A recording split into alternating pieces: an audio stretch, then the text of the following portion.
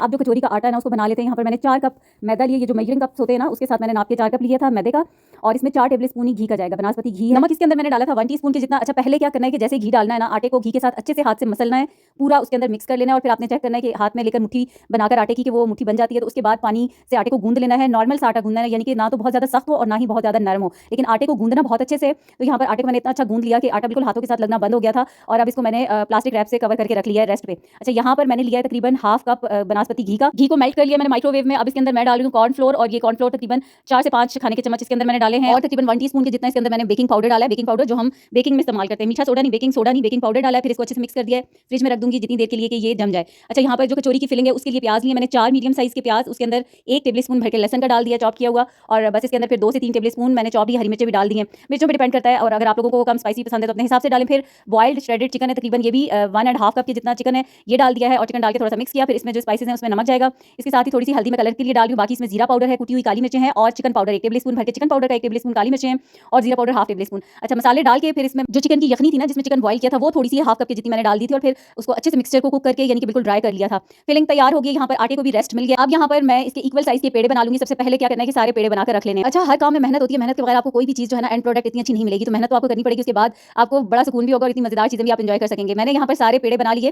फिर यहाँ पर काउंटर पे मैं हल्का हल्का बिल्कुल हल्का सा मैदा डस्ट करके इसकी रोटी बेल रही हूँ। बहुत ज्यादा मैदा नहीं लगाना, हल्का सा मैंने डस्ट किया, और फिर इस तरह से सारी रोटियां बेल के रख लूंगी। बस आपने ये करना है कि रोटियों को इतना एक दूसरे के ऊपर नहीं रखना कि जितने में आप सारी रोटियां बेले तो पहले वाली चिपक जाए आपस में, तो बस आपने इस तरीके से रखनी है। मैंने यहाँ पर सारी रोटियां बेल ली हैं, और ये मिक्सचर भी जो बनाकर रखा था ना, तो ये देखें इस किस्म का हो गया थिक सा। अब इसको मैंने अच्छे से मिक्स कर दिया है। ये अगर ज्यादा भी बन गया ना तो कोई बात नहीं, आप किसी पराठों की फिलिंग में भी लगाकर पराठे को बनाएंगे ना तो पराठे भी बड़े अच्छे फ्लेकी से बनेंगे। तो अगर ज्यादा भी हो जाते तो कोई बात नहीं, वैसे जितना मैंने बनाया था ना वो पूरा इन कचौरियों में फिलिंग में पूरा आ गया था। अच्छा अब एक एक रोटी लेनी है और इसके ऊपर अच्छे से ये लगाना है, मतलब कंजूसी से आपने नहीं लगाना, सही से ऊपर उसको कवर कर देना है रोटी को, और फिर इस तरीके से फोल्ड कर लेना है। और इसी तरह से सारे जो पेड़े हैं ना यानी कि सारी जो रोटियां हैं उनके अंदर लगाकर तो एक ट्रे के अंदर मैं इसको रख दूंगी पेड़ों को बनाकर। और इन पेड़ों को बनाने के बाद भी इनको 15 मिनट का रेस्ट देना है। 15 मिनट का रेस्ट जब आप देंगे फिर उसके बाद दोबारा यही वाला स्टेप करना है, लेकिन उसमें दोबारा से घी नहीं लगाना, वो सिर्फ हाथ से रोटी को बेलना है और दोबारा से इसको ऐसे फोल्ड करना है। अभी आगे मैं आपको दोबारा दिखाऊंगी कि मैंने कैसे किया है। यहाँ पर इन पेड़ों को अभी क्लिंग रैप लगाकर रख दिया मैंने, ताकि इनके ऊपर वो एक आटे की खुश्क सी लेयर जो है ना वो ना बन जाए। अच्छा अब जितने पेड़े बने थे ना उतनी जो फिलिंग थी मेरे पास उसकी बॉल्स मैंने बना के रख ली, ताकि मुझे आइडिया हो जाए कि जितने पेड़े हैं उतनी सबके अंदर फिलिंग पूरी आ जाए, कोई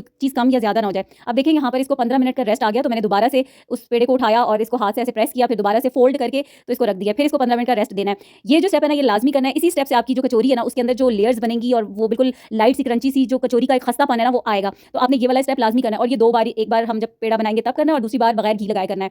तो बस अब यहाँ पर इसको दोबारा से 15 मिनट का रेस्ट हो गया है। अब हाथ से मैं इस तरीके से इसको पेड़े को लेके, ऑयल वगैरह कुछ भी नहीं लगाया नीचे, अगर आपको जरूरत हो तो आप लगा सकते हैं, और बस हाथ से थोड़ा सा स्प्रेड करना है। फिर इसके अंदर फिलिंग रखनी है और इस तरीके से इसको ना कोनों से आपने पकड़कर ऐसे पोटली सी बना लेनी है, और बस नीचे से इसको अच्छे से अपने हाथ में लेकर इसको कवर कर ले, और फिर हाथ से ही आपने इसको हल्का सा दबाना है और कचौरी की इस तरीके से शेप दे लेनी। बहुत ज्यादा मत दबाइएगा क्योंकि इसमें इतनी बिल्कुल बारीक बारीक सी लेयर्स बन गई हैं, बबल्स आ जाएंगे और वो फटने लगेगी। तो बस हाथ से आपने ये करना है। और ये तरीका जो आपको बता रही हूँ ना मैं कि कौन सी साइड आपने नीचे रखनी है और कौन सी साइड ऊपर रखनी है, तो बस इस तरीके से फिर सारे जो पेड़े ना इनके अंदर फिलिंग करके तो ये कचौरियां मैं बना के रख लूंगी। अच्छा आप इस तरीके से भी कचौरी को एज इट इज जैसे अभी बन रही है, और आप किसी भी बॉक्स में बटर पेपर लगाकर आप इसको फ्रीज कर सकते हैं। और एक और तरीका इसमें आप कचौरी को हाफ डन करके भी रख सकते हैं फ्रीज करने से पहले। तो अभी आगे चल के मैं आपको वो पॉइंट भी बताऊंगी कि आपने किस पॉइंट पे इसको फ्रीज करने के लिए रखना है, या आप ऐसे चाहे तो ऐसे भी फ्रीज हो सकती हैं। ठीक है, यहाँ पर देखिए मेरी सारी कचौरियां तैयार हो गई हैं। अब इनमें से कुछ तो मैं फ्रीज करूंगी और कुछ आपको फ्राई करके इसलिए भी बताऊंगी ताकि जब आप कचौरी को फ्राई करें तो आपको पता होना चाहिए कि कौन सा टेम्परेचर है और कितना आपने ऑयल कितना गर्म लेना है। ऑयल बिल्कुल ठंडा है, ऑयल आपने इतना लेना है कि जब आप उसमें उंगली डिप करें ना तो आप आराम से उंगली डाल लें, और उस ऑयल में आपने कचौरी डालनी है। ठीक है, ना तो बहुत तेज गर्म खोलते हुए ऑयल में तो बिल्कुल भी नहीं डालनी, क्योंकि कचौरी को अंदर से पकना बहुत जरूरी है। अगर ऊपर से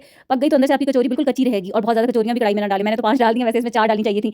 और मैं सरसों के ऑयल में फ्राई कर रही हूँ, इसलिए सरसों के तेल का कलर है ये। जब सरसों का तेल आप नया इस्तेमाल करने लगे ना कढ़ाई में डालें, उसको अच्छी तरह से पकाएं, जैसे उसमें से धुआं सा उठने लगे चूल्हा बिल्कुल बंद कर ले, और फिर नए सिरे से उसको जब आपने कोई चीज़ फ्राई करनी हो तो पका लें, बिल्कुल भी स्मेल नहीं आएगी और हेल्दी तो है ही है। अच्छा अब जब कचौरियां ऑयल में डालनी है ना तो बिल्कुल कोई चम्मच आपने नहीं चलाना, और बिल्कुल आंच मीडियम लो ही रखनी है। और कचौरी को उस वक्त आपने पलटना है जब सारी कचौरियां खुद से ऊपर आ जाएंगी। मैंने आपको पूरा स्टेप दिखाया है कि कचौरियां बिल्कुल जब आपने ऑयल में डालनी है तो वो नीचे ही रहेंगी, और जब ये बिल्कुल ऊपर आ जाएंगी ना, अब सारी ऊपर आ गई हैं, तो तब कचौरी को पलटना है। और फिर हर थोड़ी देर बाद तकरीबन 5 मिनट बाद आपने इसको पलटना है, और इसी तरह से हल्की आंच पे ही इनको पकाना है। इनको पकाने में टाइम लगता है, आधा घंटा आपका फ्राई करने में लाजमी लगेगा। अच्छे से कचौरियां तभी फ्राई होंगी और बेहतरीन किस्म की बनेंगी कचौरियां। आपने बस इन टिप्स को फॉलो कर लेना है। मैंने यहाँ पर क्या किया कि एक बॉक्स में बटर पेपर लगा दिया है, और अब कचौरियों को एज इट इज मैं इनको फ्रीज कर रही हूँ। मेरे पास बहुत काम है, मैं इनको हाफ डन करके नहीं रख सकती, तो मैं ऐसे ही रख रही हूँ और थोड़ा फासले से रख रही हूँ ताकि आपस में बिल्कुल भी ना चिपके, और ये फ्रीज हो जाएंगी तो नहीं चिपकेंगी। फिर जब आपने इनको फ्राई करना हो ओवन से निकालें, थोड़ा सा आप इनको डीफ्रॉस्ट करें, बहुत ज़्यादा करने की जरूरत नहीं है। और फिर इसी तरह से तेल जैसे मैंने आपको बताया ना आप उसमें डाल लें। तो यहाँ पर मैं इस तरीके से इनको कर रही हूँ। जब अभी कचौरियां फ्राई हो रही थी ना, जब मैंने आपको बताया कि कचौरी ऊपर आ जाए, जैसे ही ऊपर आए ना तो आप उनको निकाल लें, और तब भी आप उनको ठंडा करके फ्रीज कर सकते हैं, किसी भी बॉक्स में डाल के रख सकते हैं। तो एक वो तरीका है, उस पॉइंट पे आप इनको फ्रीज कर लें, और एक इसी तरीके से जैसे ये बनी हुई है ना तो बटर पेपर लगाएं नीचे और किसी भी डब्बे में आप डालकर इस तरीके से फ्रीज कर लें।